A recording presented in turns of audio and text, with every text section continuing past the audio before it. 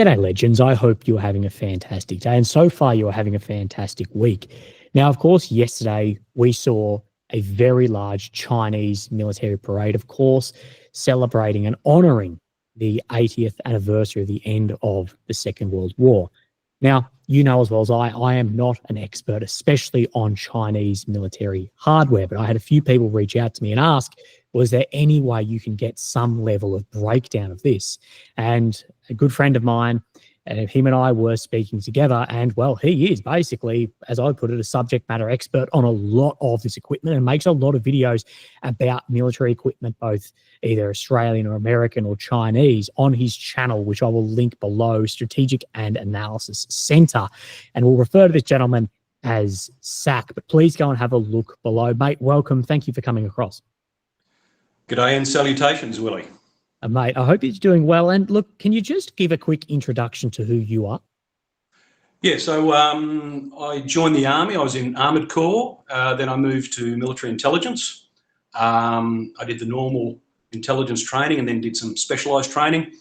And I left the Army after 10 years. I had some experience in electronic warfare as well. Left after 10 years to go to the civilian side of defence and a reserve Air Force intello.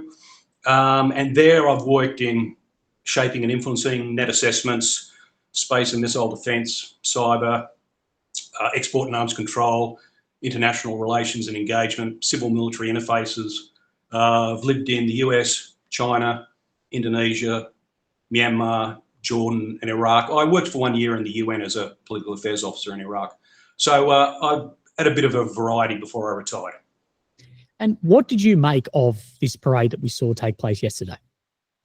Okay, so I said I'd worked in shaping and influencing, and part of this is to shape opinions and influence decision makers, to see what's on display, with the caveat that they say everything that we see is in operational service.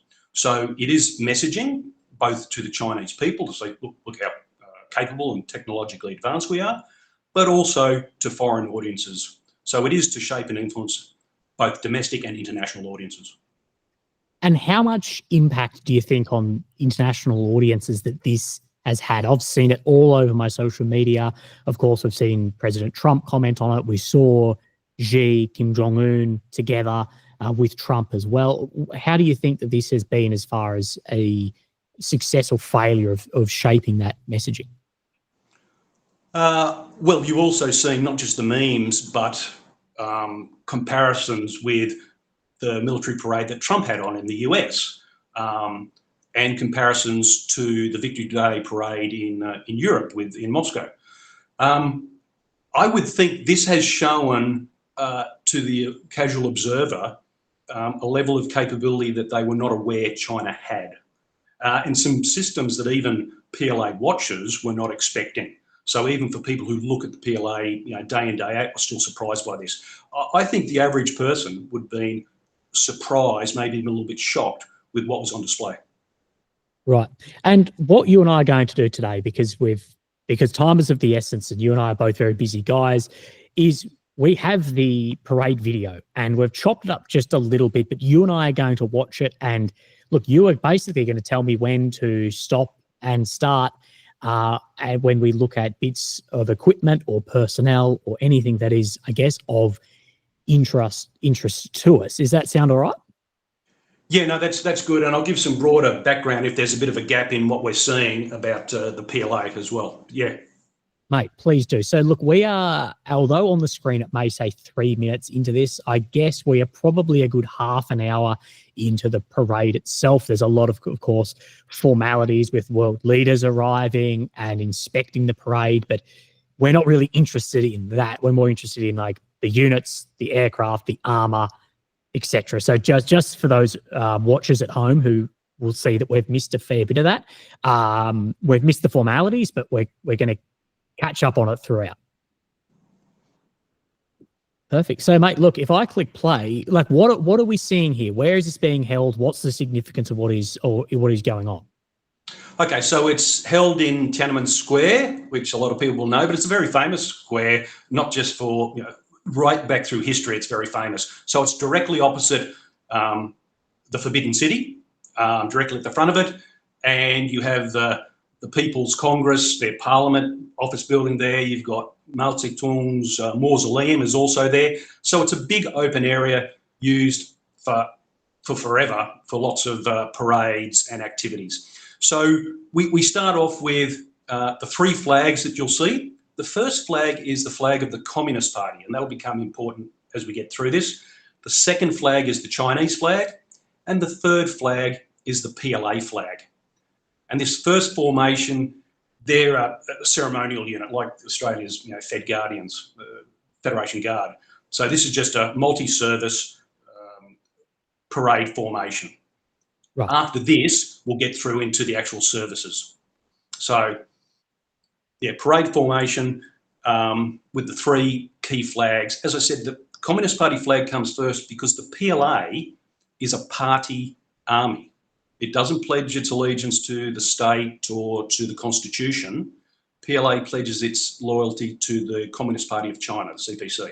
So that's an important difference. Right. Yeah, that is a incredibly important difference when we look at nation state armies, especially when we're looking at Europe compared to somewhere like China.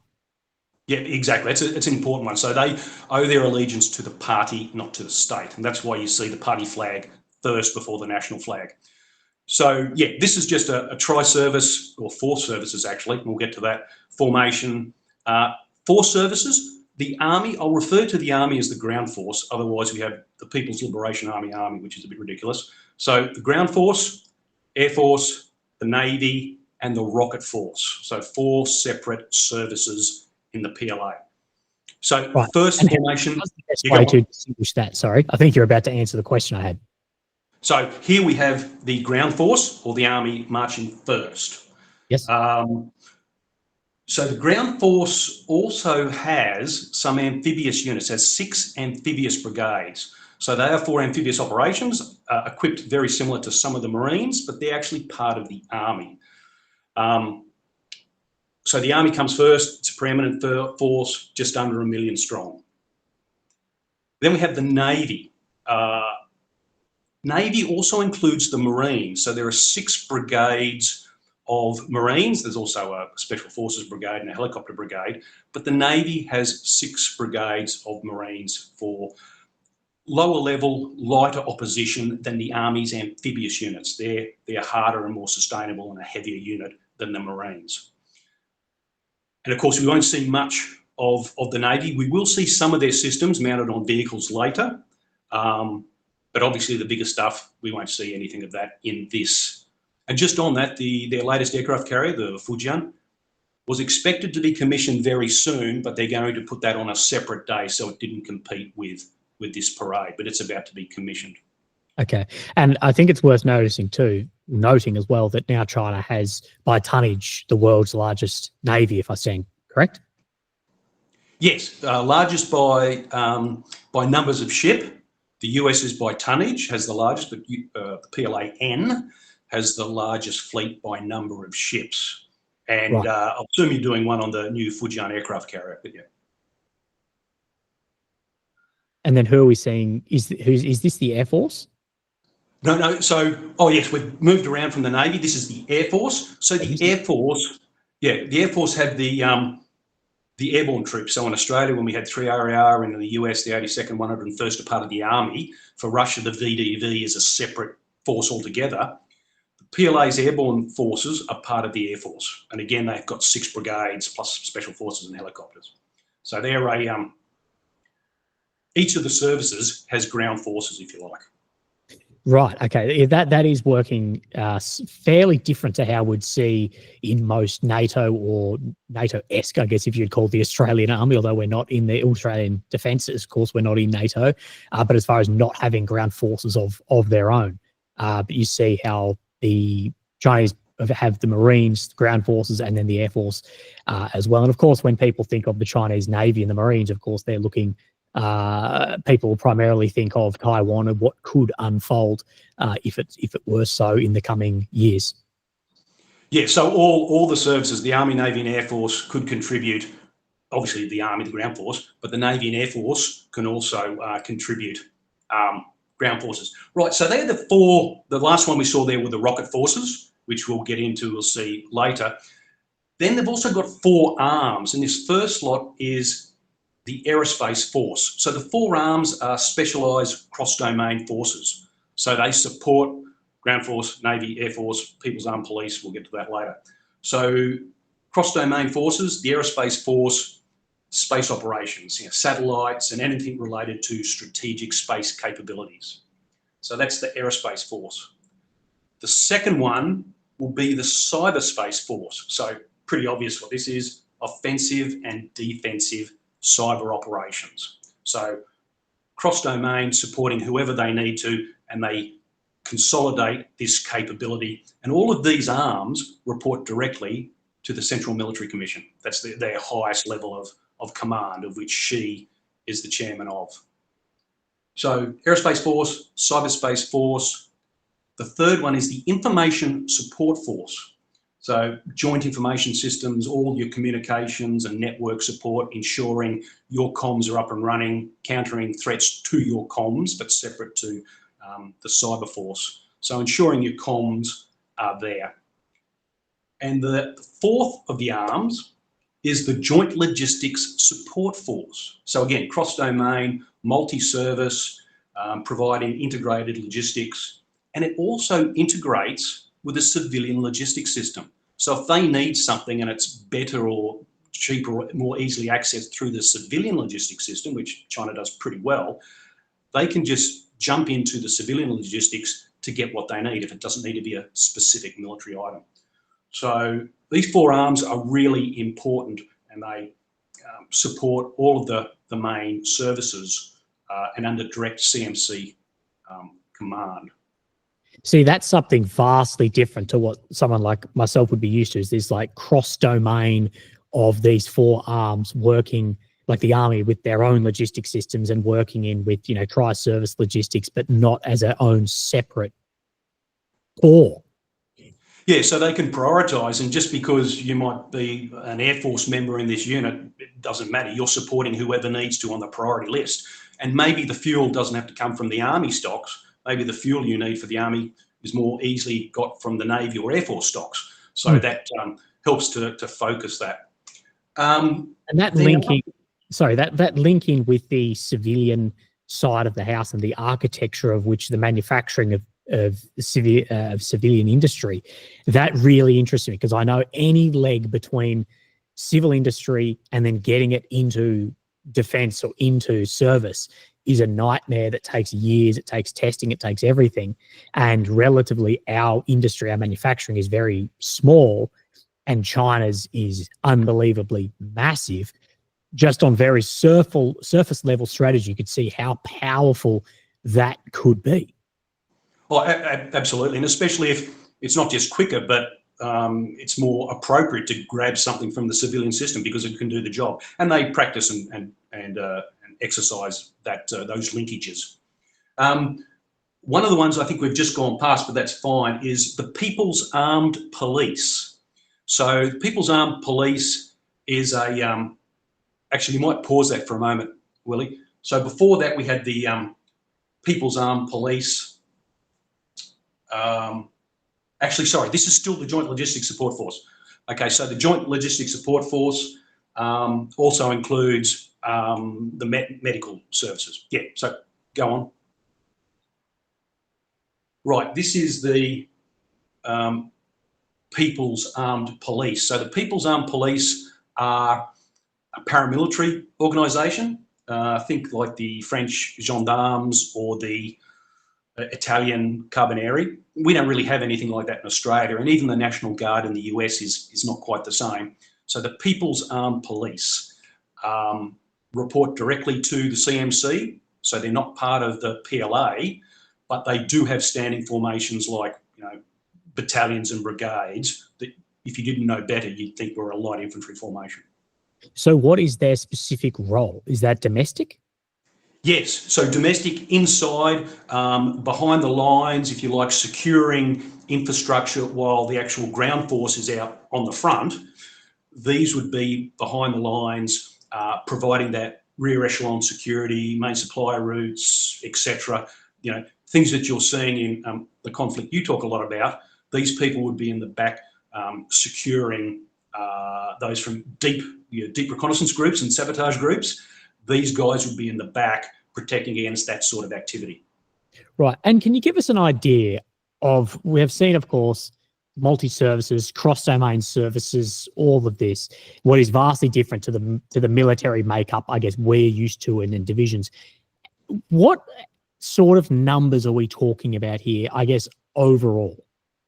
So the PLA ground force, 960,000, so just under 1 million.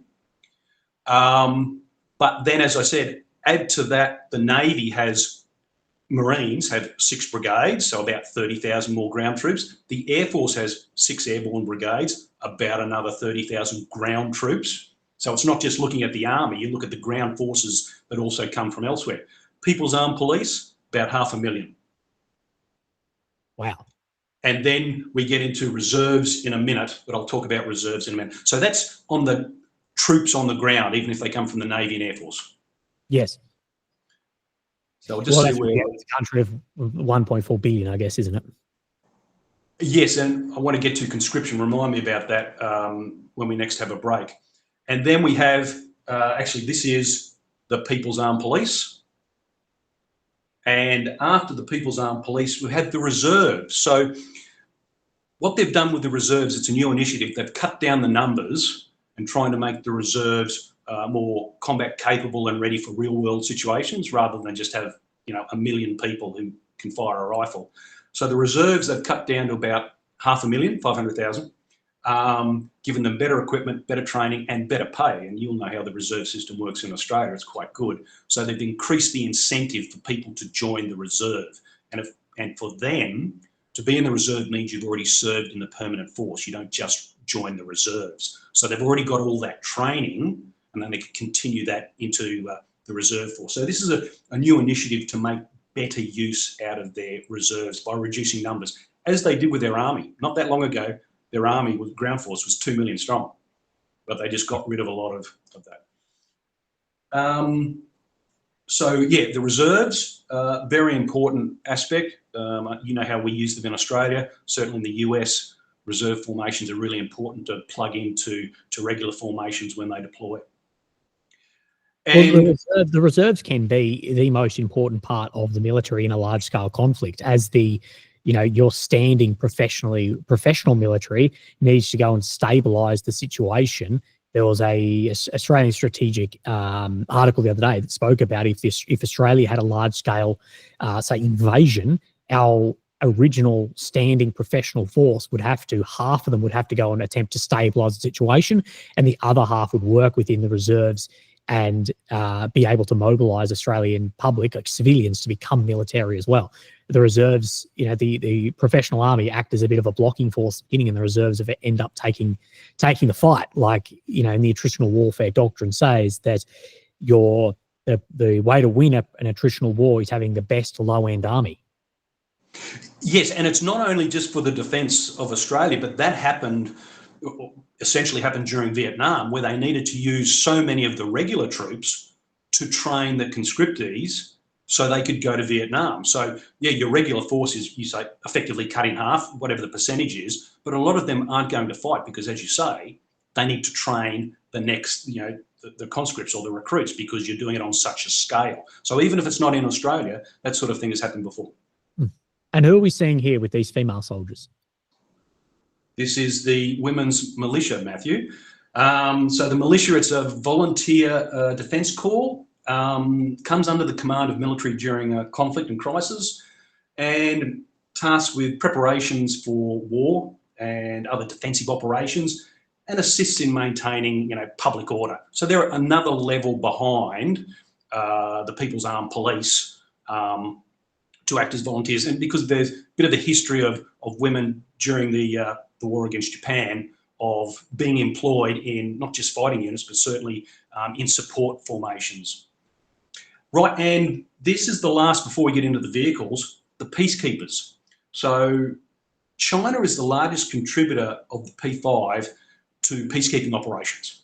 And actually, this was the original sort of motivation for setting up their base in Djibouti, which is in Africa, which is to support their peacekeeping deployments in Africa. Now, obviously, they use Djibouti as well for the anti-piracy. So that ends the troop march through. Now we're going to get into the vehicles, which I think a lot of people will probably be interested in. You're going to see some Navy systems that are just mounted on vehicles for display. So you do get some of the feeling for the naval capability. So yeah, in a minute, we'll see the vehicle parade start. Before we speak on the vehicles, can you just give us a quick rundown of the conscription? Right. So you hear this all the time. China has conscription.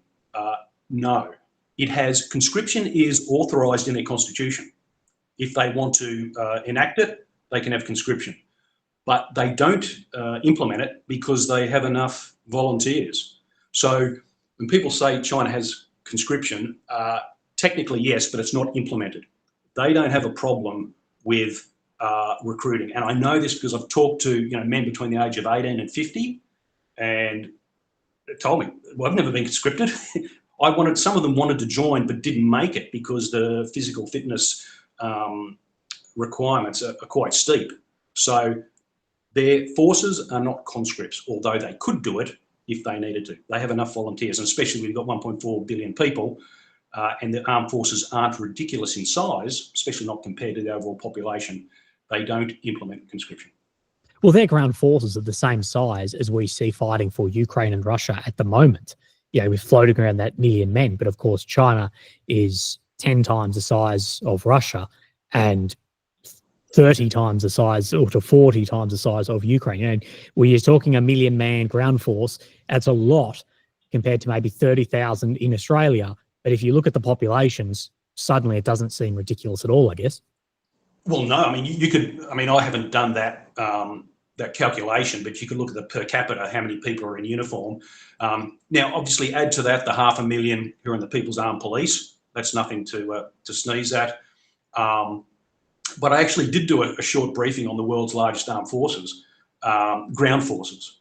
And, India has far more troops, for example. Yes.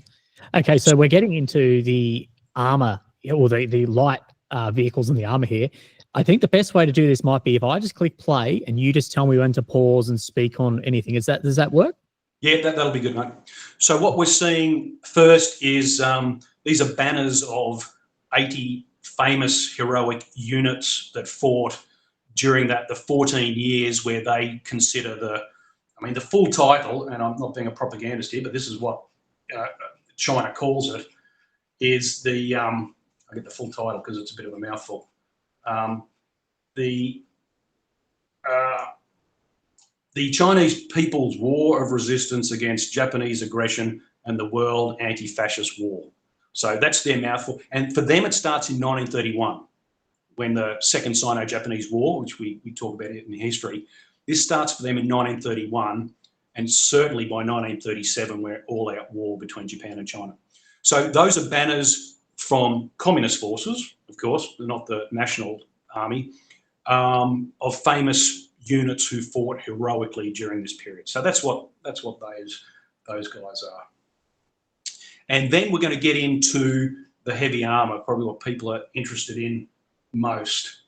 So following up from them, you just jump in if you've got questions, Willie. Oh, mate, I'll let you rattle it off. You know far more than I. Okay, just pause at the moment. So this is the ZTZ-99B, which is an upgrade of the PLA's Premier Main Battle Tank.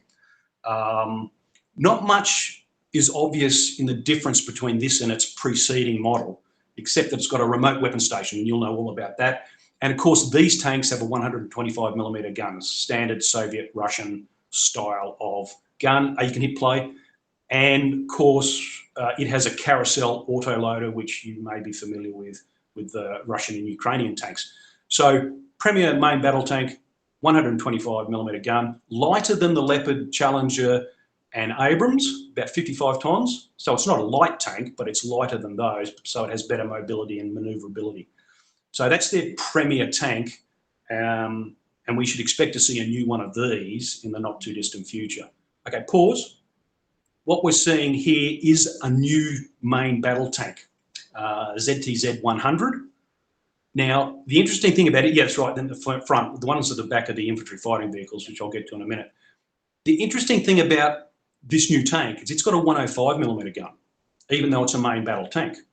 Right. So they've got, which is interesting, yeah. So as I said, I've done a separate briefing on this one. It might be the one I sent to you, Willie, where I talk about why they may have done this. So when you look at a tank, you look at firepower, protection, and mobility.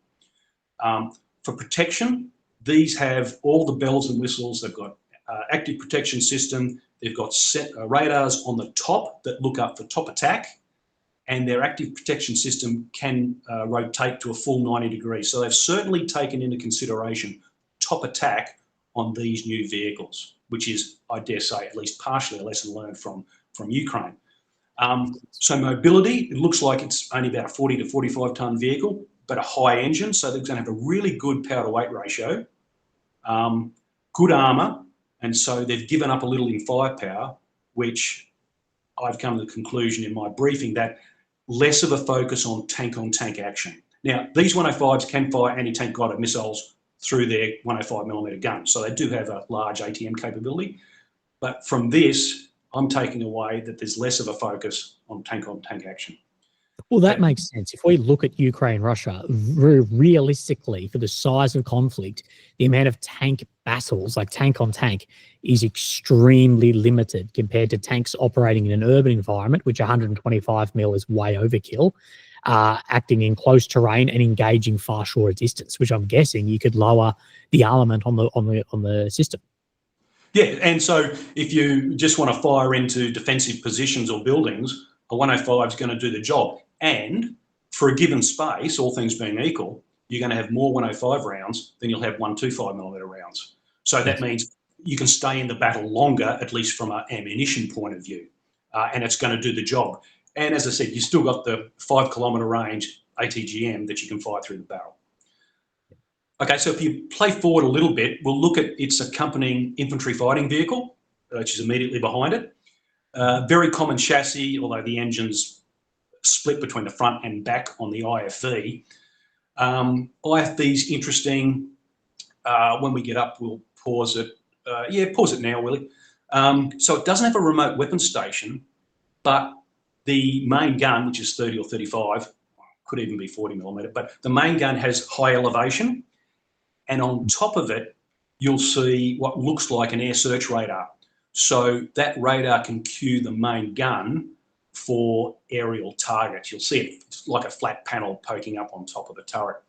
Yes. So, and interestingly on this, it doesn't have anti-tank guided missiles. Previous infantry fighting vehicles for the PLA had ATGMs. But again, likened to what we just saw in the main battle tank, there's less of a focus on this vehicle being able to engage tanks. Mm-hmm. Well, the Bradley has anti-armour missiles on it, which we knew were very successful in Iraq. Maybe, again, we're looking at Ukraine and they're going the tank-on-tank of this. We see more engagement, maybe close range of other vehicles with the main gun, let alone a anti-tank missile system. I'm unsure. Yeah, I agree. And even Australia's new AS-21 Redback will have 2 Spike ATGMs. So now, I'm not saying that's wrong for Australia or the US. I mean, different scenarios, how you expect to employ them. I just found it interesting on this that it doesn't have ATGMs. So I think that's an interesting part. You can hit play. You can stop at any time you like, of course.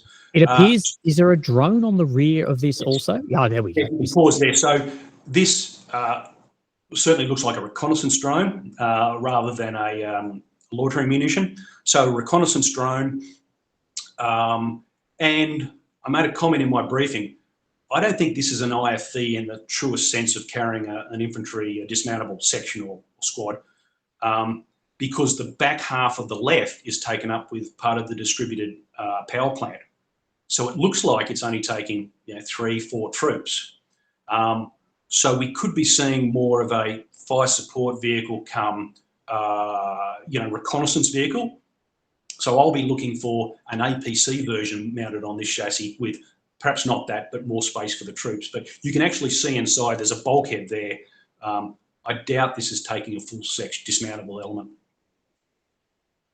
Yeah, so, and again, it's got all the top attack protection, sensors, laser warning receivers, upward firing smoke grenade launchers as well, not just out to the front. Right, so now we're getting on to, pause for a sec while I lead in. They refer to it as an amphibious assault vehicle. It's the ZTL-11. It's an assault gun, so a 105mm gun, can fire anti-tank guided missiles out the barrel. Both the ground force and Marines use this. So it is amphibious, and it's an assault gun found in the medium combined arms brigades and in the Navy's Marines. Yeah, you can pick play. Now, there is a newer version, but they didn't put it on parade, so obviously it's not operational, but an evolution of this, and I've done a separate video on it.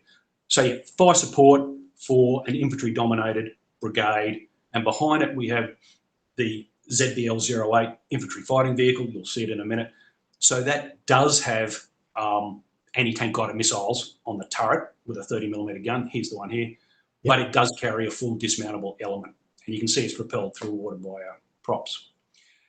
Then on the same chassis, you've got self-propelled gun. So that's an SPG on the same chassis, isn't it? Yeah. So it's the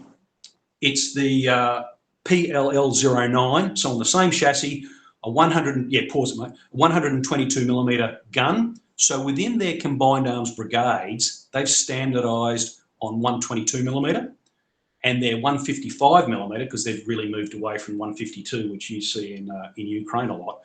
The 155s are in the separate artillery brigades, which are part of Group Army. So they're not organic to the combined arms brigades. They've standardised on the 122mm, which is sort of a Goldilocks zone between 105s and 155s.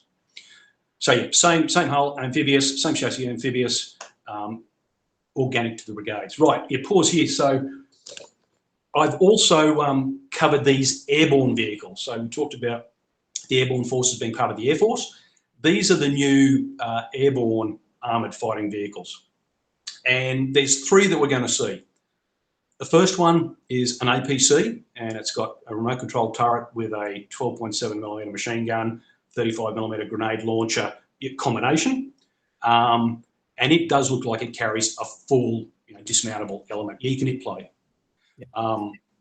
So an APC... These can be dropped. These are an airborne.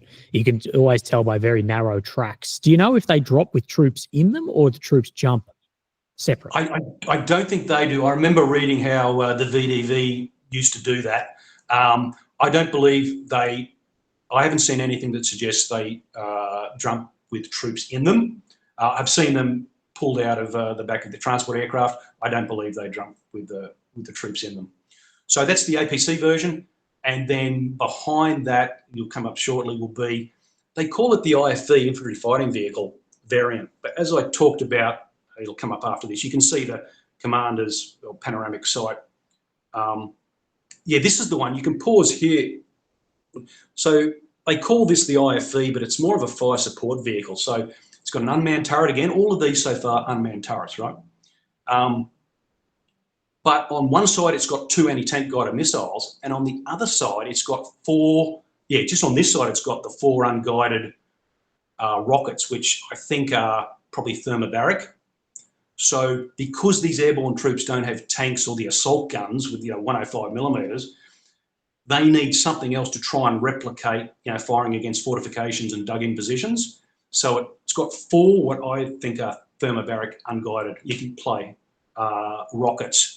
Yeah, you can see on this one, you can see the better one there. Yeah, on this side, you've got the 4 rockets. The other side, you've got 2 anti-tank guided missiles. Obviously, they need this because they don't have the tanks and assault guns of the heavier formation. So these are all airdroppable, and they can carry some troops in the back. And for just, I know that this is not going to be accurate, but what level of industrial output can China make of this? Like, how many do they have in rough numbers, and how many, I guess, could they make if needed? Yeah, I can't answer the second with any definitive.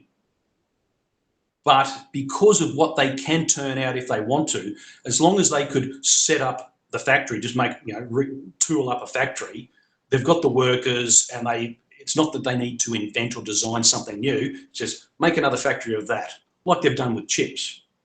We'll just make another 10 of those chip making factories. So they could turn that around quite quick. I saw the construction of, say, hospitals, okay, something a bit different, during COVID, and they just make a completely new, not tent, but a building, hospital in just, in no time. So if they need to do it, they could. But it's interesting looking at the numbers that China hasn't really, especially with the ground force, just churned out thousands upon thousands of tanks. You look at how many M1 Abrams there are in the world. For the premier tank, which we saw at the beginning, the ZTZ-99, there's only about 1,300 they've made of those. Now, they could make more. So they don't just build them for the sake of, we want 10,000, main battle tanks. So if they needed to, they could turn out these very quickly. But they just, once they got started up. And that would be an indicator to look at, actually. Yeah. So, and the other one we're going to see in a minute is a self-propelled mortar. Here we go. On the same chassis, again, it's a 120mm self-propelled mortar. These are organic even in the heavy and medium brigades, as well as the airborne. So giving you direct and indirect fire. So 120mm mortar. Right. And if people don't know what we're talking about on chassis, what we mean is basically the bottom of the vehicle being the same, but with a different turret operating system on top. We see this a lot with different vehicles operating in militaries. It means that they can have a massive share of maintenance, of logistics, of drivers as well, that they can share between. If you're working on that self-propelled mortar, you're working on the infantry fighting vehicle, the tracks are the same, the bushings are the same, the engine's going to be similar, all the same, and it means your maintainers through to operators, it's a much then quicker pipeline to what we brought up, at least on my channel, and I think you've brought it up as well, the concern when Ukraine was getting from T-72s to the Abrams to Leopards through to Bradleys to absolutely every vehicle. It's like, how can these actually be maintained across 50 different specialties? Yeah, that's exactly right. An important point, amateurs talk tactics, professionals talk logistics. And if you've got, the training, I can take you, Willie, out of driving the APC, put you in the IFV, put you in the 120mm mortar, you can drive the vehicle, and the basic maintenance that you get trained to do. So training, logistics, operational flexibility, these are really important considerations. Right, so that's the end of the heavy vehicles. What we're going to get into now is the ground forces missiles. So this is not the strategic rocket force. These are missiles that are part of the ground force, part of the army. And we're really just seeing one type, but there's two versions, if you like. It's the PHL 191.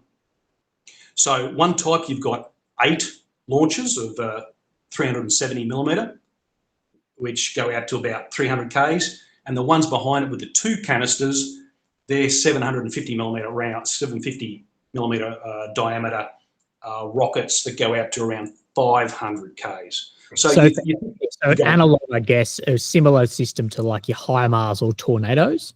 Yeah, so that's what we're going to get to. So the standard, pause it actually. Well, the standard HIMARS is 227mm, okay? And you've got 6 rounds in a pod. The HIMARS has 1 pod, the M270, which is the track version, has 2 pods, so you double it.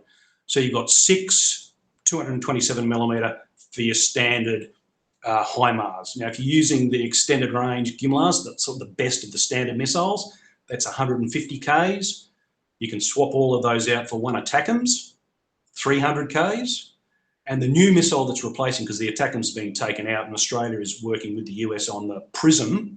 So the PrISM will have 500-kilometre range, but you'll be able to fit 2 in a pod instead of the one ATACMS. So there's an evolution there that's far better than the ATACMS. So you could look at it, it's modular. This system is modular like the HIMARS system, So that's the version. You hit play with 8 of the 370mm, and these are 750mm. Just for reference, the HIMARS, the ATACMS, 610mm. So the ATACMS is smaller than this. Yes. So they're still part of the army, those. We're going to get to the rocket force later, but they're still part of the army. Yeah, so this is still like battlefield tactical missiles, not we're talking long-range ICBM style strategic missile force. Exactly. So these are designed at tactical or operational level, and these will be part of the missile brigades that support the combined arms manoeuvre brigades, which I won't get into that discussion because that goes way down. But these are to support the Combined Arms Brigades, operational. So now we're getting into what they call the maritime section. So we're going to see a lot of naval systems that are just put on the vehicles for display. And we're starting off with the air defence elements. So we've got the HHQ-9 sort of long-range surface-to-air. So these are in canisters, vertically launched on their Type 052s and 55s. But this is a newer version that looks slimmed down, that they might actually be able to dual pack. You might have heard that, you know, we and other countries quad pack small missiles into some cells because they can fit. Pause there. So this is still a long-range missile, but they may be able to double their loadout by dual packing them in cells. Right, what we're seeing here is the Navy's LY-1, it's laser, so point defence missile system. We have seen this on an amphibious assault ship in a practice role, in a trial demonstration role. So this would be on Navy ships, point defence laser, especially useful against drone boats, I'd suggest. Right, so against smaller targets in the sea, like a Beck drone boat, and in the sky as well? Yeah, anything. And for leakers, because, you know, there'll always be leakers. So if something's got through the longer range air defence, it's got through the point defence missile system, which we might not have seen there, it's a HHQ-10. If it's got past the close-in weapon system, the CWIS that's shooting out, you know, thousands of 30mm rounds, if it's got past all of that, you could use this against air targets as well. So it's against any target, but particularly useful, I'd say, against drone boats. Unbelievable sort of system. Hey, now you think laser weapons entering the bloody fold. Yeah, and that's obviously lasers. I have done a briefing on it in the past.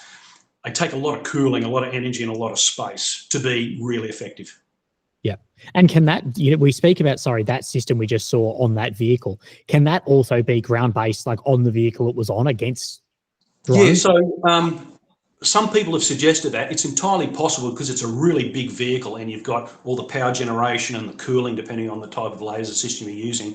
You'd need a huge vehicle, so that's possible. We're going to see a smaller laser on a vehicle later, but yeah, the more power you want, the bigger the vehicle for the energy and cooling that you'll need. So that's a possibility. As a point defence system, that would be pretty useful. Right, so now we're getting into, you can pause for a second, the Navy's anti-ship missiles. There's quite a few here. Some of these will be hypersonic, some aren't. So we're going to talk about hypersonics in a couple of different places. So YJ-15, it's not hypersonic, but it can be air launched. So the Navy's aircraft, potentially the J-15, which is their big Navy fighter strike aircraft, can carry these. So it's not hypersonic, but it's air launched anti-ship missile. Okay, you can play, and you'll see next coming up is the YJ-19. This is a hypersonic cruise missile. So normally, you can pause that, Willie.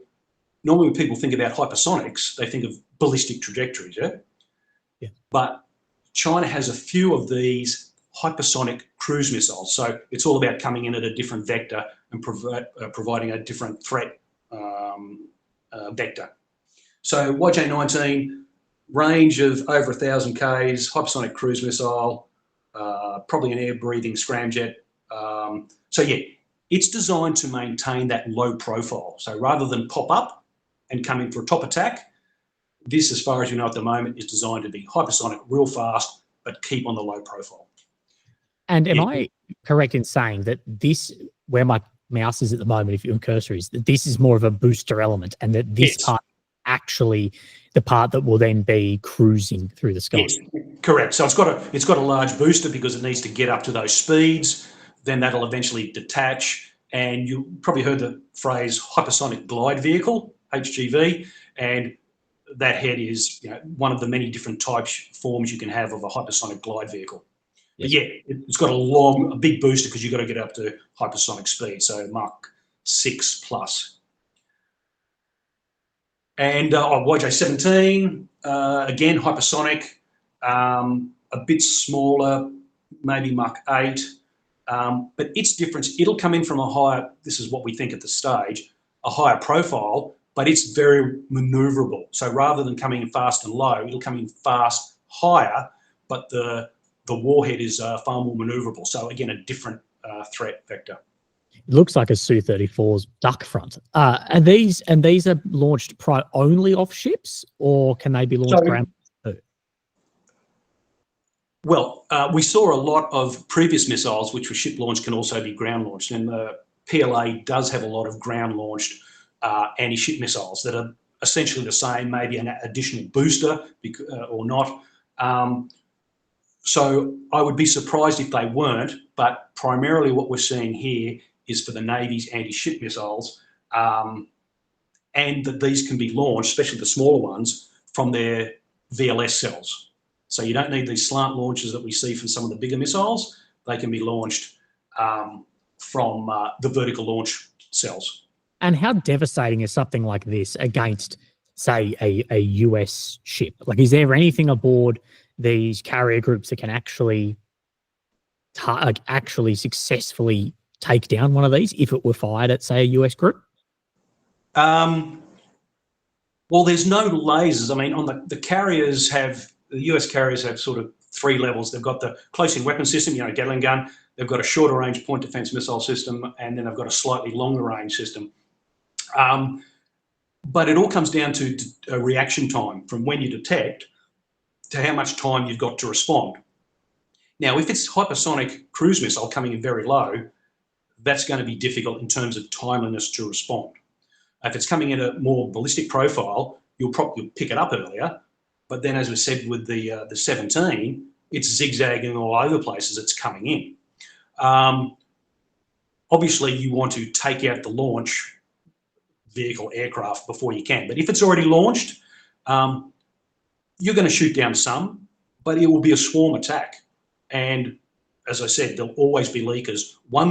At least one will always get through. And once one's got through and the teams are doing firefighting, then you've got people running around. You're going to get hit again and again and again. So very dangerous.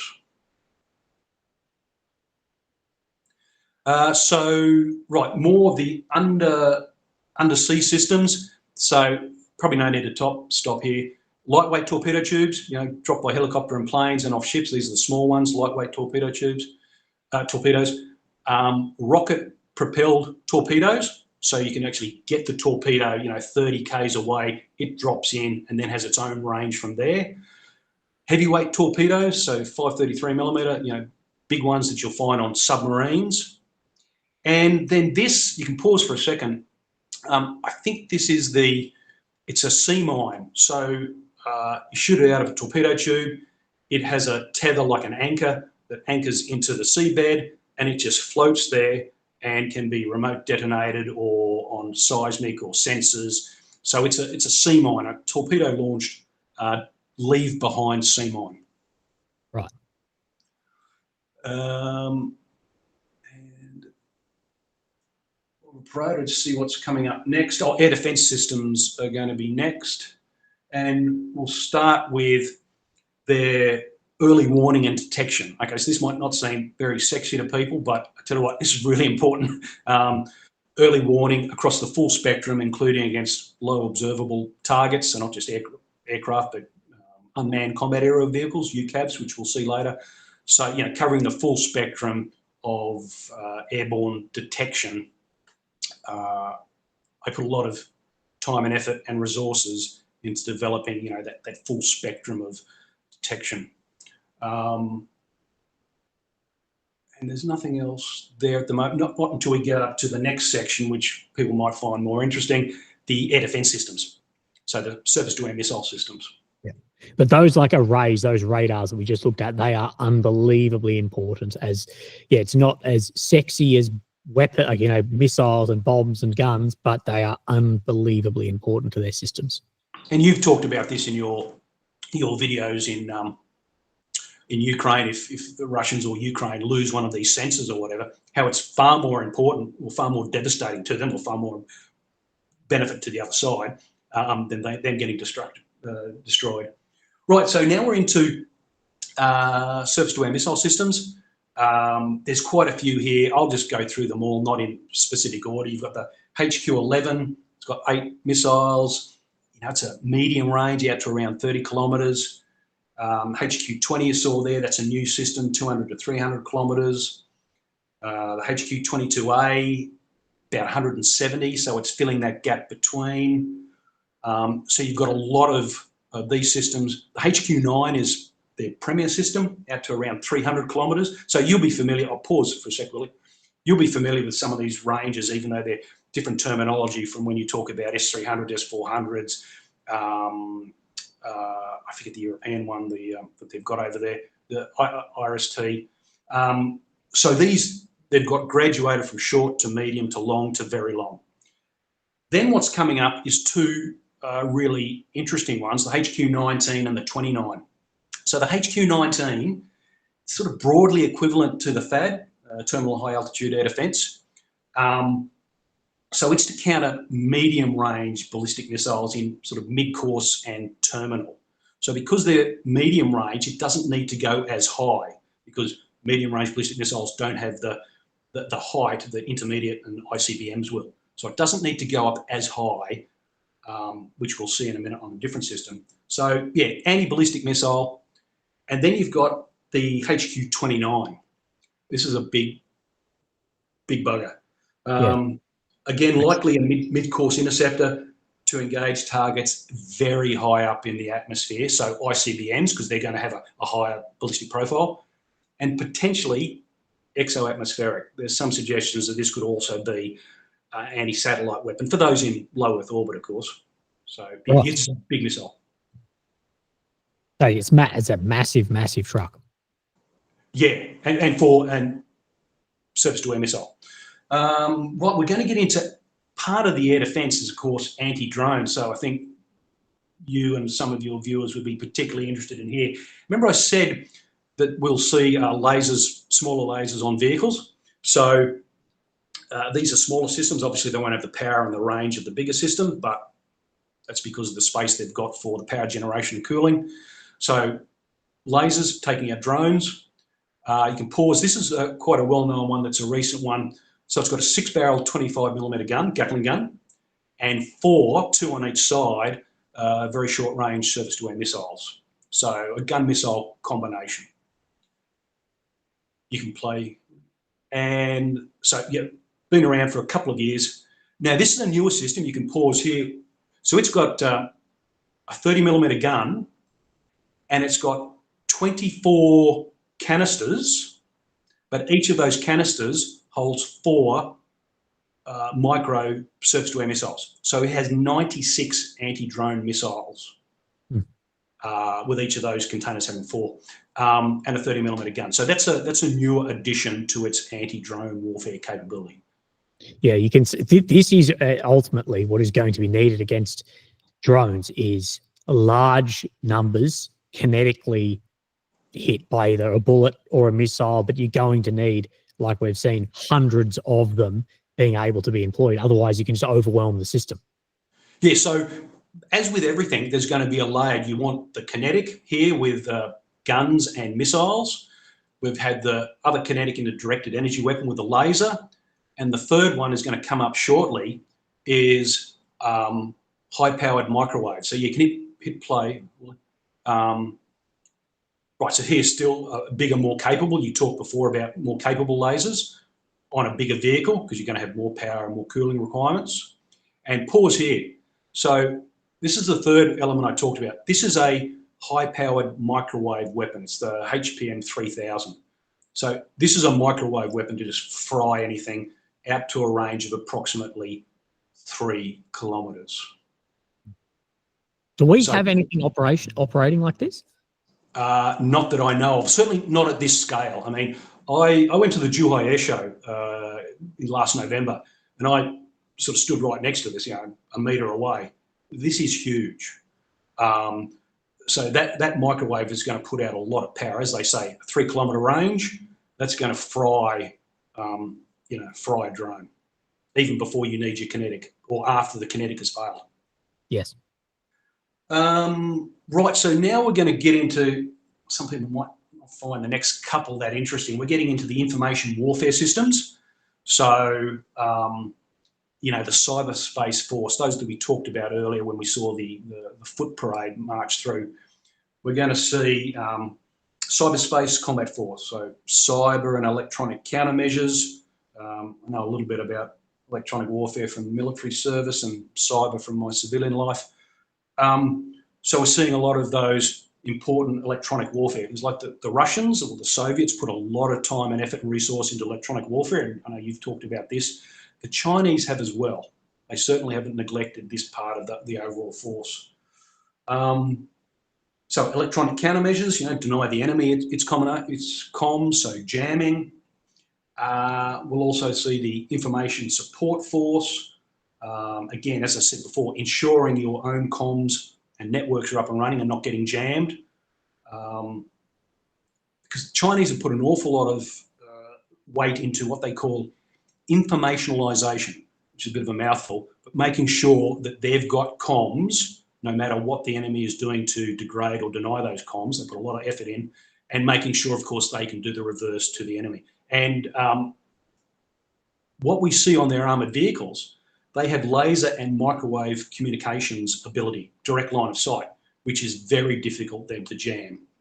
So they've taken that into consideration. That information is so important to them. They believe that can make up for numbers or other technology. If you're inside the OODA loop, I can see you and I can react earlier. Yes. Oh, comms is everything. Yeah, exactly. So this is still part of all of the information warfare support stuff with all their comms dishes and which is, and a lot of like ISR style drones of these as well.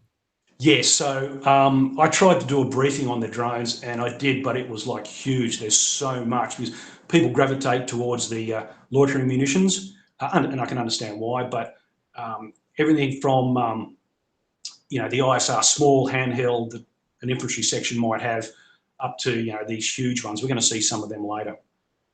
All right, so now we're getting into what they call the unmanned combat group.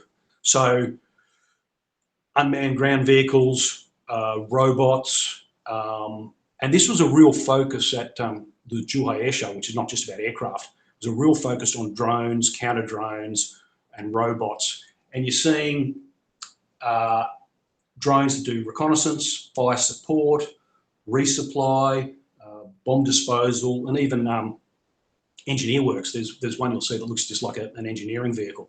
So they have a lot of drones from very small. You'll see the robot dogs, which you probably have seen before. They're going to come up shortly. So anything from a robot dog to a reconnaissance, fire support, tracked and wheeled. Of course, the dog is on.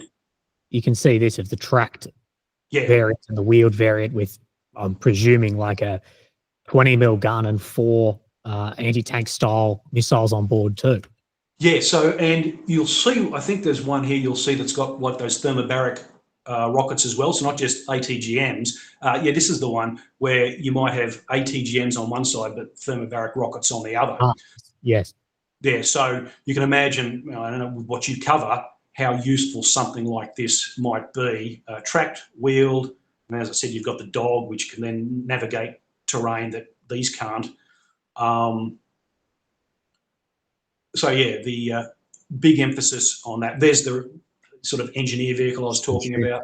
Yeah. Yeah. So you can have that go through and do minor works. Oh, there's the robot dogs with a wheeled variant. That's probably just for display there. The drone. So you can see all terrains are sort of covered. Right, now we're getting into the Navy unmanned systems. Okay, so Navy unmanned systems, and a caveat, no, the systems we're going to see here, the big ones, they're not like the Russian Poseidon, okay? People say, oh, it's like the Russian Poseidon. They're not nuclear powered, they're not nuclear armed, they're more ISR. They certainly could be armed with torpedoes or leave behind weapons like mines, but they're more ISR, and they're certainly not like the Russian Poseidon. Yeah, you can hit play, Will, unless you want to ask a question. Yeah, no. So this is a long-range unmanned submarine. Yes. Yeah, potentially armed, but if those who don't know, the Poseidon is a nuclear-tipped underwater torpedo / underwater drone. I'm not sure exactly where that threshold for becoming one or the other is, that can travel thousands of kilometers and then explode, making basically a tidal wave. But this is more of just an unmanned torpedo system.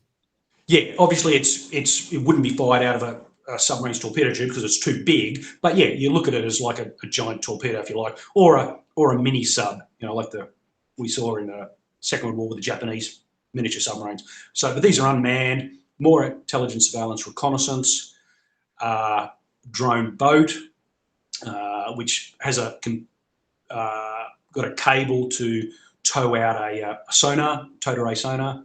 But yeah, unmanned surface vessel. This is the other. It's not a torpedo. Again, it's a unmanned undersurface vehicle. Again, for reconnaissance, you could use it as a leave-behind weapon system as well. But again, not like the Poseidon. It's about 20 metres long. Which is 60 feet. It's a massive system. 65 feet, yeah, 20 metres, 65 feet, huge. Right, pause for a sec. So, unmanned aerial systems, you've done the land, the Navy, now the Air Force unmanned systems. First one's been around for some time. There's a lot of talk about whether it was in service or not. GJ-11. So these are UCAVs, unmanned combat aerial vehicles. And it's believed that this one will operate off the new carrier and their new amphibious assault ship, the Type 076, which has a catapult on it, which is a bit unique, and I won't go down that rabbit hole today. So stealth, UCAV, internal weapons bay, of course, which is expendable if it needs to be. So that's been around for some time, but it may only now be really entering service. And then we'll get into a sort of more traditional UAV that we see with here being the Wing Lung. I'll try and get that pronunciation out. So it's a medium altitude, long endurance UAV. You can see it's targeting sensor, lots of hard points. Long endurance. Your standard UAV. It's not stealthy really, and it's to stand off rather than to go in to hotly contested environments like the GJ-11 would be.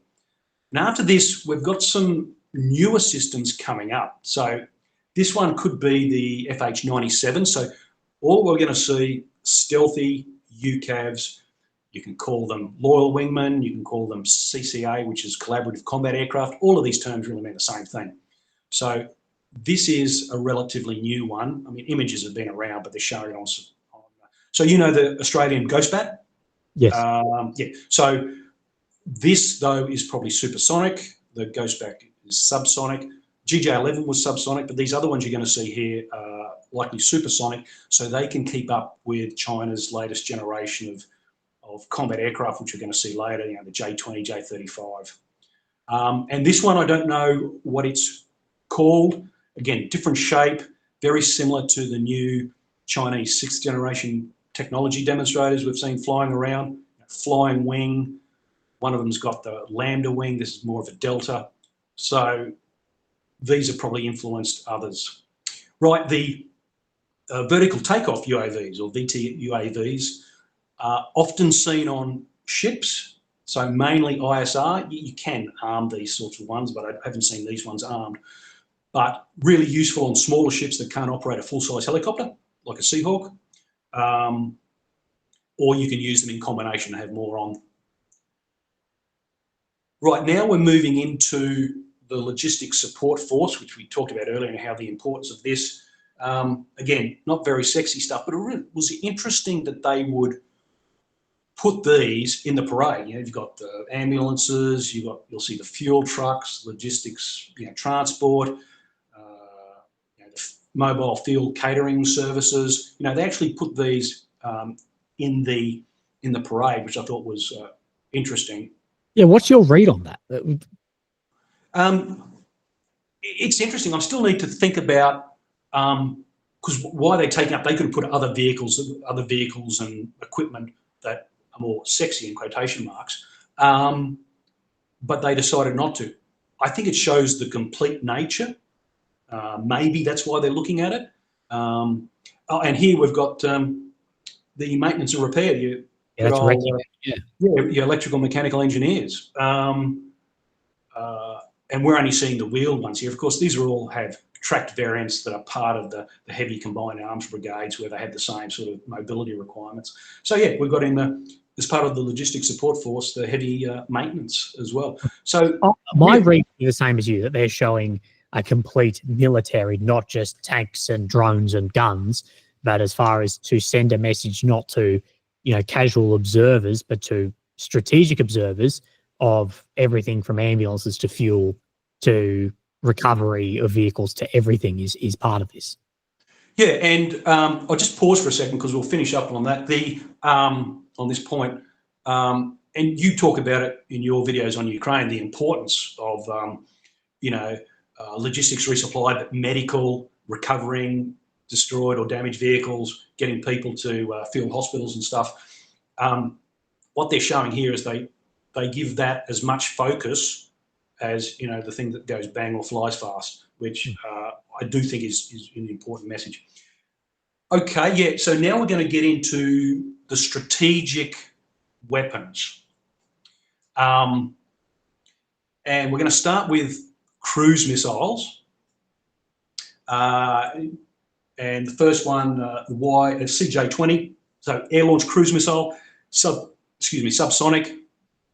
Think of something broadly similar to of course, to a Tomahawk, although this is air-launched, around 2,000 kilometre range, subsonic. Okay, not the latest technology. The next one, the YJ-18, a bit more stealthier. You can see by its faceted casing. Multi-purpose cruise missile, so not just against ships but land targets, and it has a subsonic cruise, and then it goes supersonic in its terminal phase. So it's got a range of about 540 kilometres, and it can be vertically launched on ships. And the next one is an interesting one. It's new, the CJ-1000. So you can pause it there. Appears a bit like an Iskander to me. Yes. So this is, as you can see, a big missile, but it's a cruise missile. So it's not a ballistic profile. There's some debate whether it's hypersonic or very high supersonic, like maybe about Mach 5. So it's sort of on that threshold. But again, a cruise missile, not a ballistic missile, but potentially a hypersonic cruise missile. That's probably why it's so big, because it needs that booster to get up to those sort of speeds. So yeah, hypersonic, likely cruise missile. Larger than the Zircon. Yeah, larger than a Zircon. You can see how big the Zircon's a newer Russian hypersonic. Yeah. Right. So now we're getting into what they call the hypersonic force. So all of these, according to the parade and other information I've looked at, hypersonic. So I'll get us to pause in a minute. First one we saw, pause, the YJ-21. So this can be vertically launched on the big destroyers, the 055, and also carried by the H-6K bomber. We're going to see that later. So this can be air-launched or ship-launched. Hypersonic does have a very high ballistic profile, though. Mach 6 during mid-course, maybe Mach 10 in terminal phase. Range of about 1,500 kilometres. Right, these might have been seen before by your viewers, the DF-17. It's been around for a little bit of time. So this is a land-based system, obviously on its tail. Range of perhaps around 3,000 kilometres, and you can see it's got a hypersonic glide vehicle as the warhead, if you like, on it. So that's that one. And then coming up last, the DF-26D. Again, Mach 20 in terminal phase. Range Mark 20, did you say? Sorry, mate? Mark 20, did you say? Let me just check what I said there. Potentially Mach 20, yeah. I need to confirm that, but it could be Mach 20 in the terminal phase. Medium range ballistic missile, yes, it's on a TEL, and a range of about 5,000 kilometres. Right. That's a devastating. Well, it is. I mean, this is, you think of, just pause for a second, think of Guam, You know, and I've done a video on this, but certainly Guam, I think, from memory, is within that. I think it's just over 4,000. So, yeah, this could reach Guam, obviously all of Japan, South Korea, and the like. Can that be nuclear tipped, or is it conventional? Okay, so this is the thing. The standard DF-26s can be nuclear or conventional. This is one of the issues or potential problems people have if they see a Chinese launch a DF-26, and there are other weapons that are in the same category as this. Is it a nuclear warhead or is it a conventional warhead? Because some of these can have both. Now, yeah, intelligence. We've spoken about these of hot swappable items before. Yeah, you have. And there is some confidence, though, that depending on the launch site, you know the missile brigade it's part of, and you know whether that missile brigade has a nuclear role as well, or it's purely conventional. So there's not a lot of comfort in that, but there's some comfort in knowing, well, depending on where it's launched from, you know its parent organisation and what its role and mission is. Yes. So yeah, lots of the weapons, especially when you get to that size of the PLA's rocket missile force, can have either, but not all of them. Right. So now the rest of this is the nuclear force. These are solely nuclear. So I'll get you to pause there. This is an air-launched anti-ship ballistic missile. This thing is huge. So one of these is carried on the H-6N. So this is one of their more modern, updated, very old Soviet design bomber. And this is semi-recessed. You know the aircraft because there's this big recession underneath the aircraft where the bomb bay would have been. And this sits in there semi-recessed, and it's huge. You know, if China would look at updating their bombers, as you said, the H-6 is an incredibly old Soviet era bomber. Is there any talk of updating something to a newer system? Yes. I'll get to the H-20 in a minute. But the H-6, what we're seeing here, it's not the old Tu-16 Badger from the Soviet Union. This has got full glass cockpit. It's made with a lot of carbon fibre. It's got new engines. So they've taken an old design and really updated it. Having said that, it's still a subsonic, sort of medium-range bomber. Yes.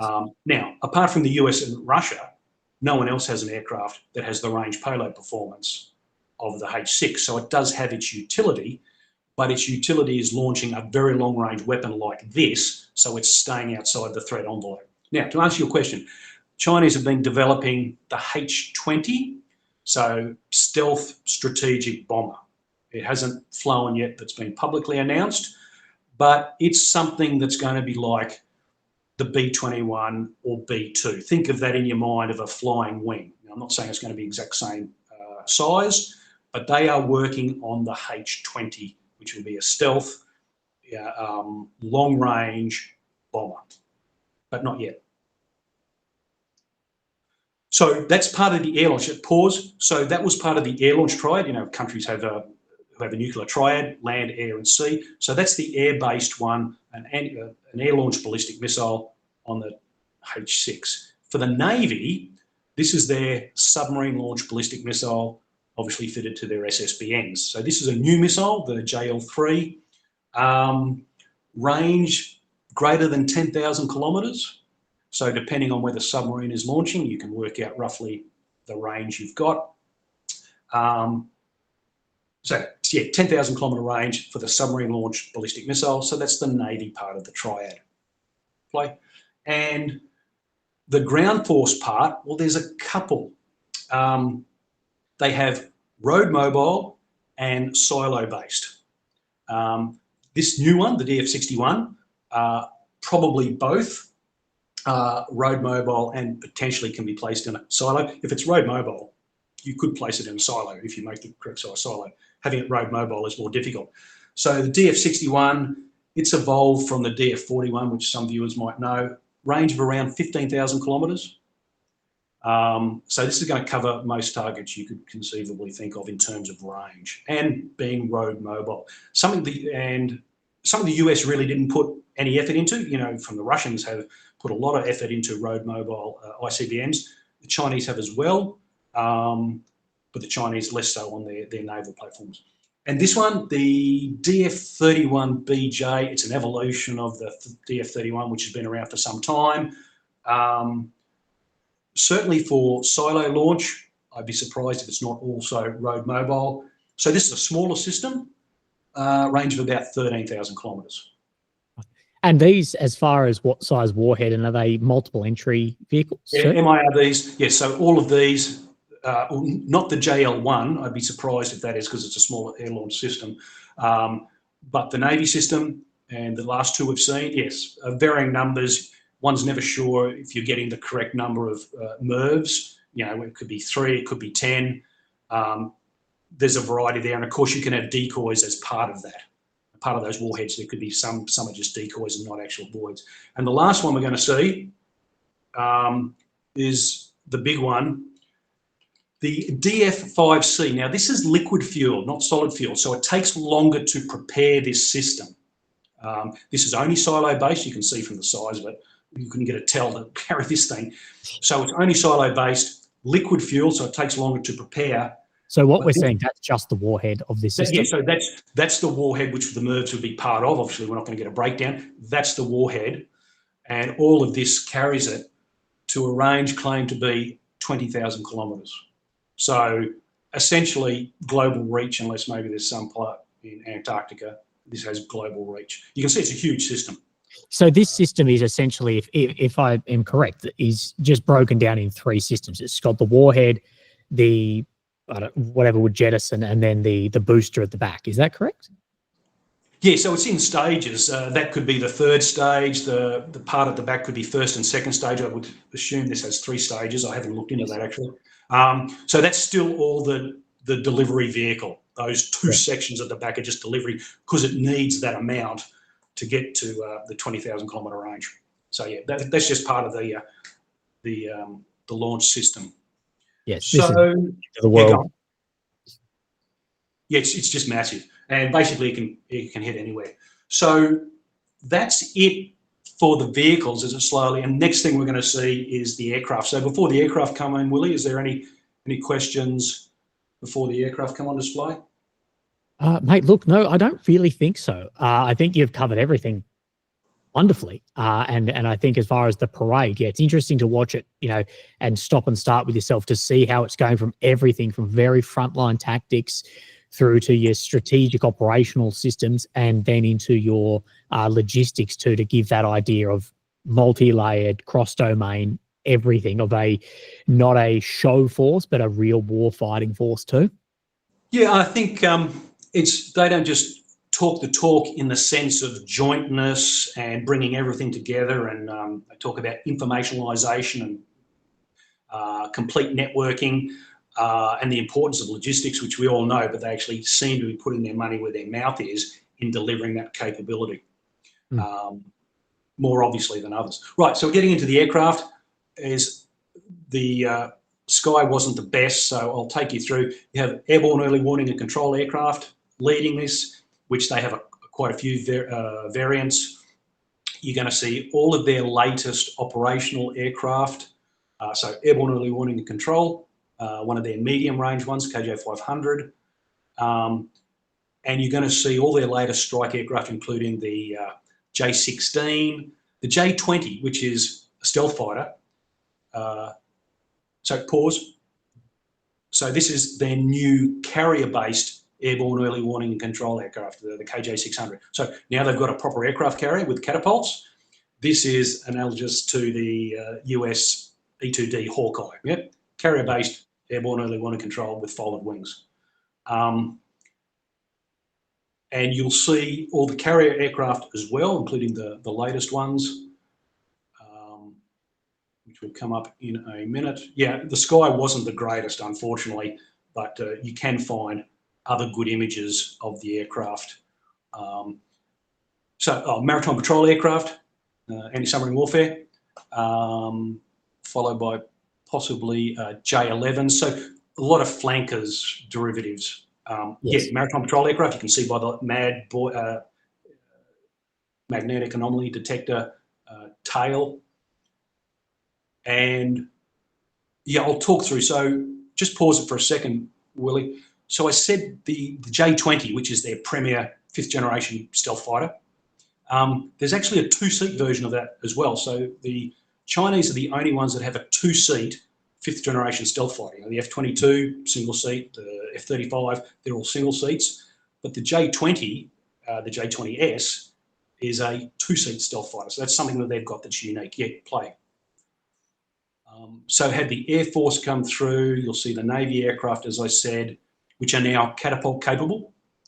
One of their earlier airborne early warning and control aircraft, which is the balance beam as opposed to a dish. So they've really made a lot out of the flanker shell by their own J-11, J-15, J-16s and made them, you know, really capable aircraft. The Navy one is the J-15 and the new one, the J-15T, is catapult launch. So they've now got that capability. Yes. You'll also see they've got their 5th generation stealth fighter in the J-35. Now there's an Air Force version and there's a Navy version, which is catapult capable. So they've now got something that's like the F-35C stealth fighter catapult launch off a carrier. So transport aircraft, really important. This is the earlier Y-20A, so it's got the older engines.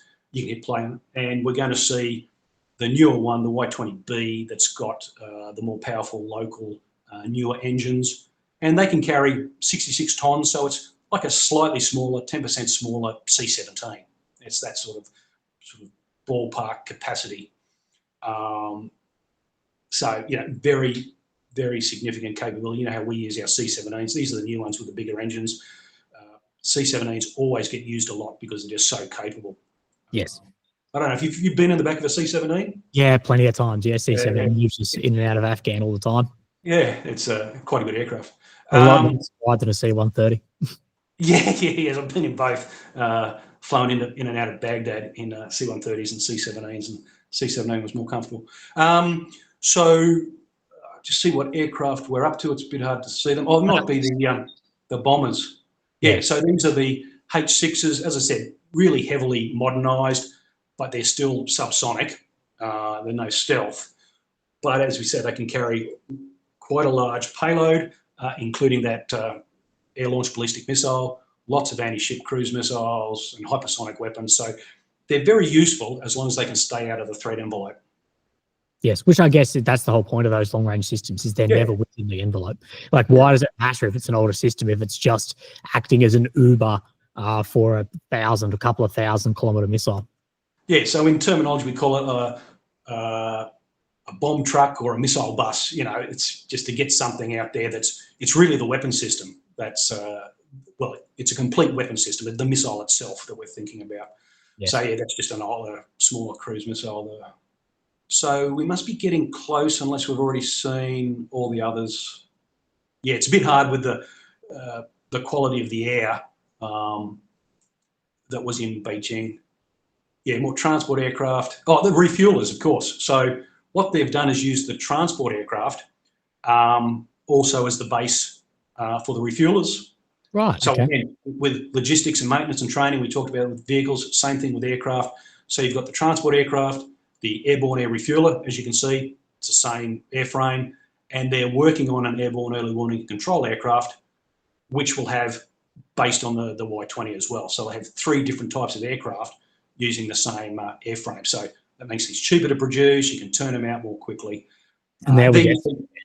There you see the J-20 stealth fighter with simulating air refueling. Are these only the single seat variant that we see in this? I didn't even think there was in the lead-in, and we cut it out because it would just be too long. You do see the aircraft taxiing before taking off to what we see in formation. You do see, that's the J-16D. So that's a 2-seat electronic warfare version. You'd know the Su-30s from your talk in your channels. So it's a 2-seat electronic warfare, like the US Navy EA-18 Growler, which we have too in the Australian Air Force. So electronic warfare with 2 J-20s and 2 J-35As. They're the new stealth. They're just the J-20s. So they were displaying both their types of 5th generation stealth fighters and their electronic warfare aircraft, which they put a lot of effort in because they know how important they are, as we know in Australia and the US. So yeah, that's the J-20. Yeah, in the preliminary where they're taking off, you see the 2-seat J-20S. Yes. And that's probably it. I'm just trying to think if anything else comes after that. Maybe not. Any other questions while we're just waiting to see what flies through, Willie? No, I think we've covered about everything. Of course, you've got a lot of ex-Russian derivative aircraft, but then your sovereign, completely so sovereign. that's the new stealth fighter, the J-35. Yeah. Yeah. So this one you can see without the canards at the front, like the J-10. Yeah. Yeah. So the J-20's got the canards. This is the J-35. Now I'm trying to look at the wing because the carrier-based one has a slightly larger wing. From this angle, this could be the carrier one. Has slightly larger wing, just like the F-35 A and C versions. The C's got the bigger wing because it's on carriers. So yeah, they've really taken the flanker shell and done everything they can with AESA radars. It's lost about a ton in weight because they use more carbon fibers. They've got newer engines. So yeah, you shouldn't call it a Sukhoi anymore, but it's certainly from the flanker family. Yeah.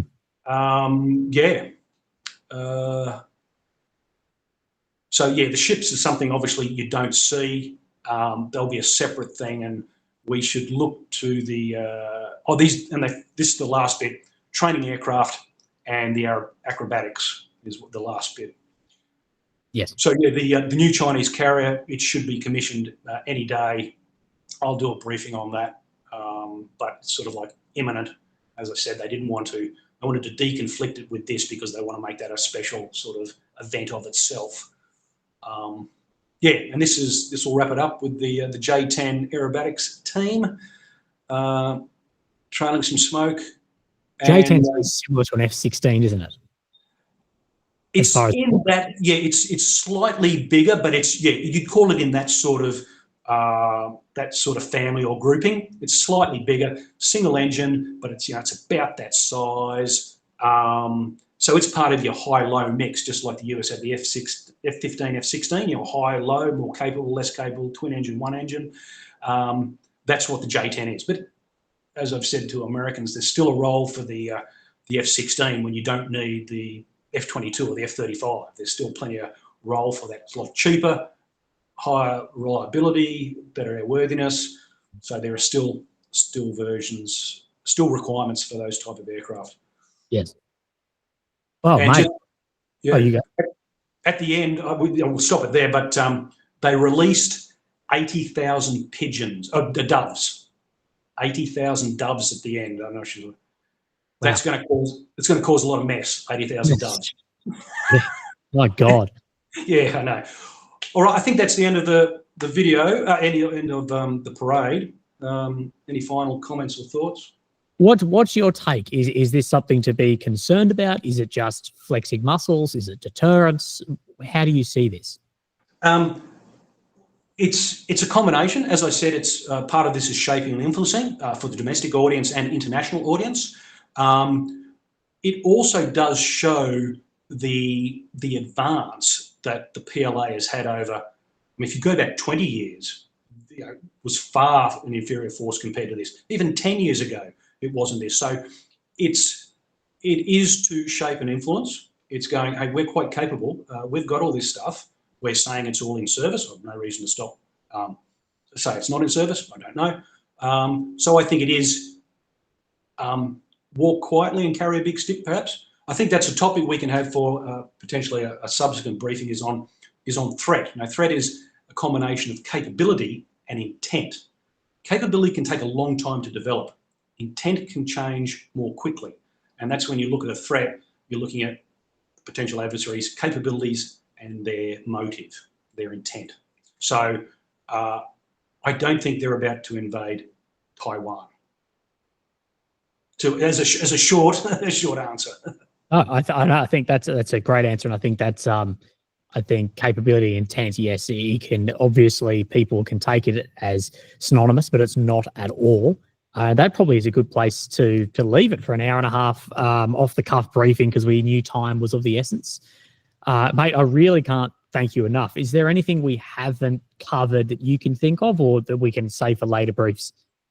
No, save for later, because the focus is on, for this, what we saw during the parade. This wasn't an encompassing, comprehensive discussion about PLA capabilities, because there's a lot of capability that wasn't shown. So just to the audience, this was just about what we saw in the parade, and trying to do that quickly and to a level of completeness. And comments, I'll reply as I can to any comments, Willie, and I know you will as well, but I'm happy to reply as I can. Perfect, mate. Thank you very much again, guys. I'll link to Strategic and Analysis Centre below. Please go have a look. In-depth, really information heavy, no stupid faces or whatever like most YouTubers do. We'll get you there at some point. And on a personal note, thank you for all your help behind the scenes. I know people hear me talk of behind the scenes of multiple dozens of people behind who help me, but you're one of the major ones to bounce things off, especially if it's something to do with China.